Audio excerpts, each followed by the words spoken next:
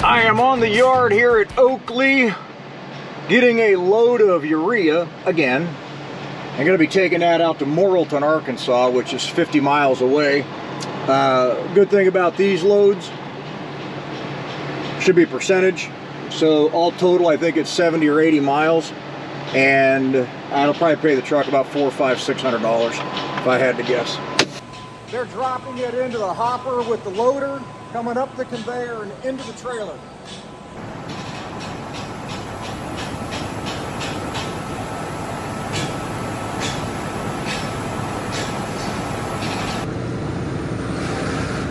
We're in Back Towns, Arkansas, making our way over to Morrilton, Arkansas. Deliver this load of urea. Should be a fairly simple delivery, I'm hoping.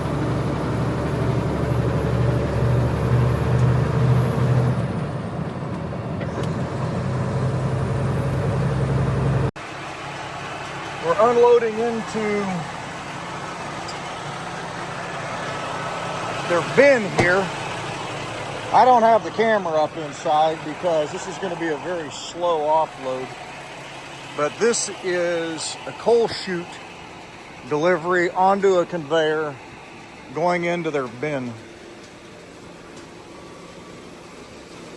I'll show you guys. And this is how that works.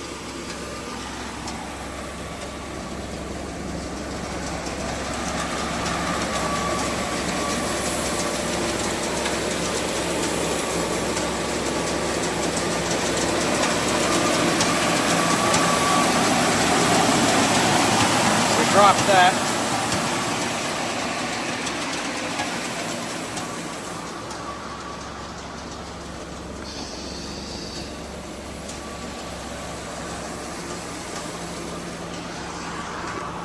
We go up in increments as that flow starts to drop.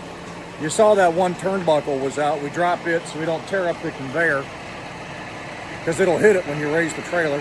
And yeah, as we get the flow going, we bring some more up till we get done. Catch y'all in a little while. We are at a tarp shop. Yes, tarp, trailer tarp. Out in the country in Oklahoma, Sapulpa, because I am hooked to a steel wagon. And as I said at the end of my last video, and this steel wagon, like my other tarp on my new trailer, is falling in, and they may have to move it forward. Well, they do have to move it forward some to keep it from dropping in at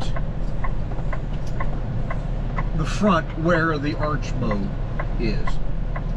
Here at the tarp shop, I'll show you guys. Gizzy chilling out. These men.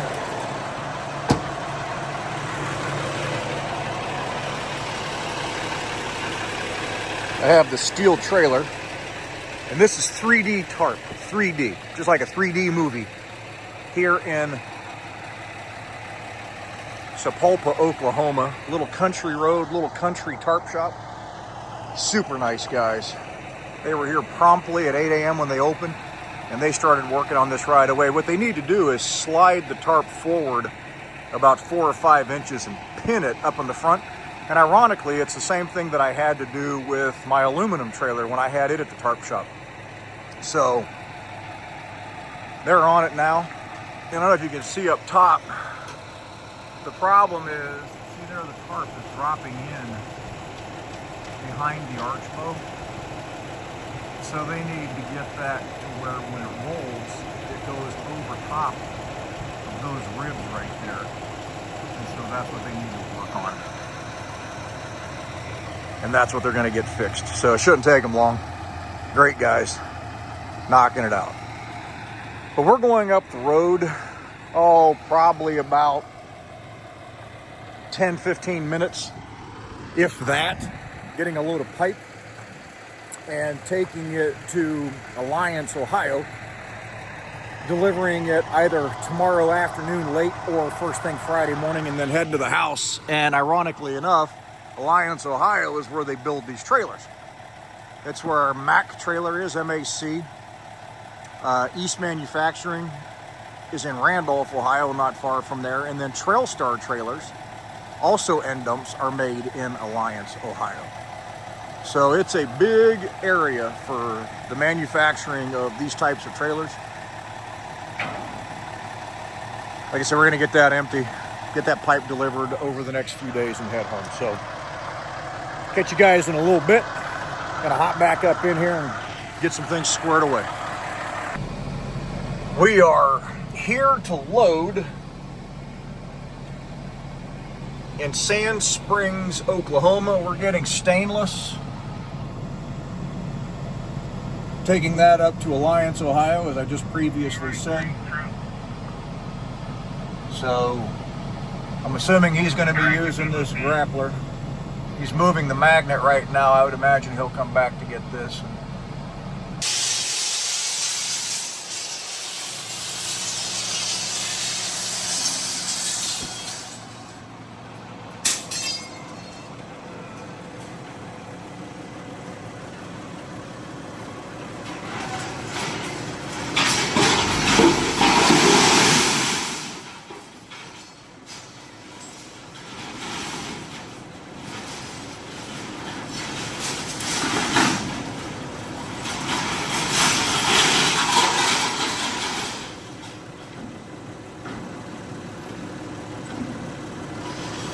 This is going to be fun.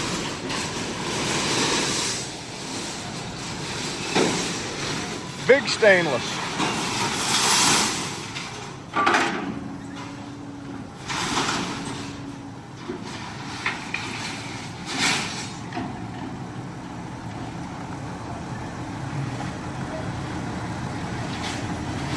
I'm not sure what kind of weight I'm going to get with this, but it'll be interesting. All right, so we're here. We're backed in Alliance, Ohio. Stepped on something. And this is what that pile looks like after we open the back door. I'm gonna try to find a spot back here to hook this where you can see. Hey everybody. All right, let's see if I can get this to go on this beam right here. Oh yeah. There we go, that ought to work. Okay, get this done safely. How's that sound?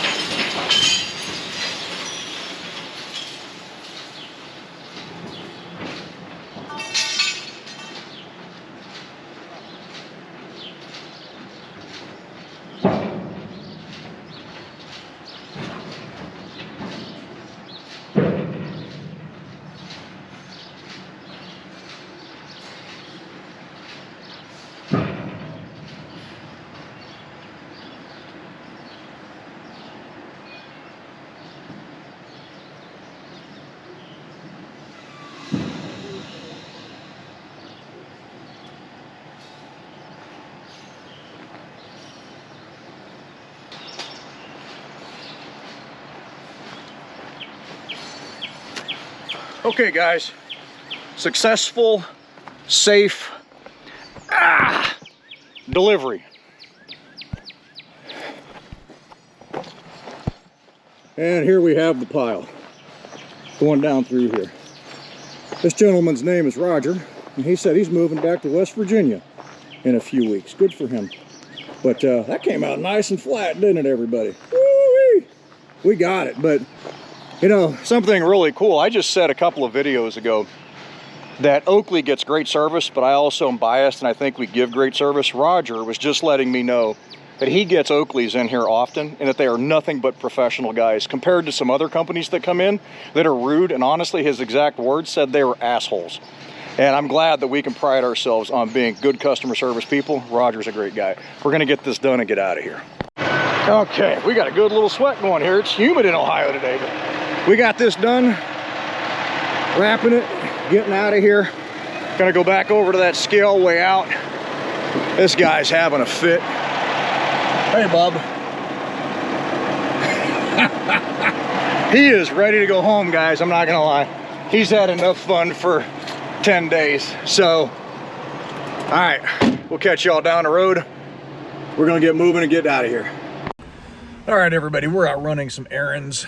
Gizzy is sacked out in here. I don't know what this truck driver's doing. This is like the third time he's looped around this parking lot. I don't think he knows what he's doing, but yeah, he'll figure it out. Are you guys like me? Do you go to town with your wife and then let her go in and do all the shopping while you stay out in the car? That's me. She's in Pet Supplies Plus right now, grabbing a few things for the animals. And me, I'm just hanging out. Me and the guy. We've already been to Walmart and TJ Maxx. She's already been to Meijer. I mean, she's hitting all the stores. And I'm not hitting any of them. The only thing that I've done is go into Walmart to use the restroom and come right back out. And I am fine with that. So if you're that guy, we have something in common. I don't go in. But hey, in this video, you guys saw, what did you see? Urea off of the yard at Oakley that went out to Morrilton, Arkansas. 50-mile run. From there, I ran up to Port 33 in Catoosa to the Oakley yard, dropped my aluminum trailer, grabbed a steel trailer, went over to Tulsa, loaded the stainless steel, brought that here to Alliance, Ohio, which is basically where I grew up. This is childhood for me. And delivered that stainless here. Now I'm back at home. Monday, I'm going up to Michigan to load for Newcastle, Pennsylvania, then loading out of Pennsylvania back to Oklahoma to go back and drop the steel trailer, get my trailer, and then head back home for Memorial Day. So that's the upcoming plan. The way it stands right now, that's what's happened and what's happening coming next week. So we're just enjoying the weekend and trying to get some things taken care of and whatnot. So that's that. But hey, something for you guys. The Oakley podcast this week, I was fortunate enough and humbled by being asked to be on the podcast again. And hopefully you guys get a chance to check it out. If you do, great. Hopefully you enjoy it and find some value in it. And if you don't, well, then I'm sorry I didn't provide that for you, but I did the best I could. In that podcast, Jeremy Kellett asked me about health on the road and what guys can do. And when I didn't get into a bunch of workout tips and things of that nature, a bunch of specific diet options and all that, although I could, if you're interested in that, reach out to me, genfit330@gmail.com. I am a personal trainer, a certified nutritional coach, a certified tactical strength and conditioning coach. And I'm also right now in the process of getting another certification as a wellness coach or a health coach. There's differences in that. So that's what I'm doing currently. But he asked me what guys can do to stay healthy or healthier out on the road. And I went over a few things, but something that I mentioned in that was that men will get labs on their truck every single time, but they'll never get blood work done and get checked out. And I mentioned that heart attack will stop that truck long before that oil change will. I got a call from a friend of mine that said to me, a lot of men have FOFO, fear of finding out. And he talked to me about that. And he said, you know, we just don't want to know. It isn't that we don't think we have a problem, because we know we have issues, but we don't want to know. It's easier to go through life not knowing than to know. And you know, I said to him, I validate your thoughts on that and how you could feel that way. So I can understand psychologically that thought process. But I will tell you, men, that on its merits, it's completely flawed. And I'm going to tell you what. Steve Jobs, founder of Apple, had cancer. Rather than following proven treatment options, he went a holistic route, did a bunch of other things that were unproven. And unfortunately, it killed him. He didn't survive it. Had he went the normal route to fix the cancer that he had and whatnot, in almost every single case, people are healed from it. Great, now we got car horns going off again. This is why I don't go in the stores. Steve Jobs would have survived that had he just went the proven route to heal the cancer that he had. But he didn't. Men, women, you need to get yourself checked out. You need to give yourself a fighting chance, if you have something going on, to get the treatments that you need, to give yourself a better quality of life, and to reduce your comorbidities, those things that are going to kill you. Psychologically, I understand once you know you have something and you've been diagnosed, that stress levels increase. That's going to lead to today's scripture. But if you don't know, you can't fix it. You could have a reasonable quality of life into your 70s, or you can do nothing and have pain and suffering, etc., into your late 50s and early 60s, and then the good Lord's going to take you home. You know, God has a plan and a purpose for our lives, but we also have the free will to not take care of ourselves and to reduce that plan or not follow through with his plan. I'm not saying that God's telling you to go get your blood work done, but I would think that God would want you to get your blood work done. He's provided us with that to give us indicators for our health. Okay, so you need to do that for your family, for you, for longevity. Now, today's scripture, Philippians 4:13, I can do all things through Christ who strengthens me. When you do understand that you have some kind of an issue and you have that psychological stress, you need to remember that verse. I can do all things through Christ who strengthens me. Paul wrote that verse while he was in prison.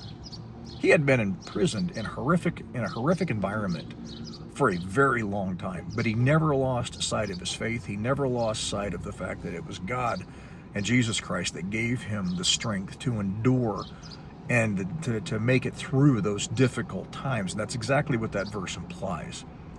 When you reach out to Christ in those situations and ask him to give you the strength to push through those and to deal with those stresses and to manage that, it doesn't mean that God's going to always heal you, but he's giving you the wherewithal and the courage and the mindset to get through it, understanding that he has a plan for you, even if that plan is taking you home to be with him.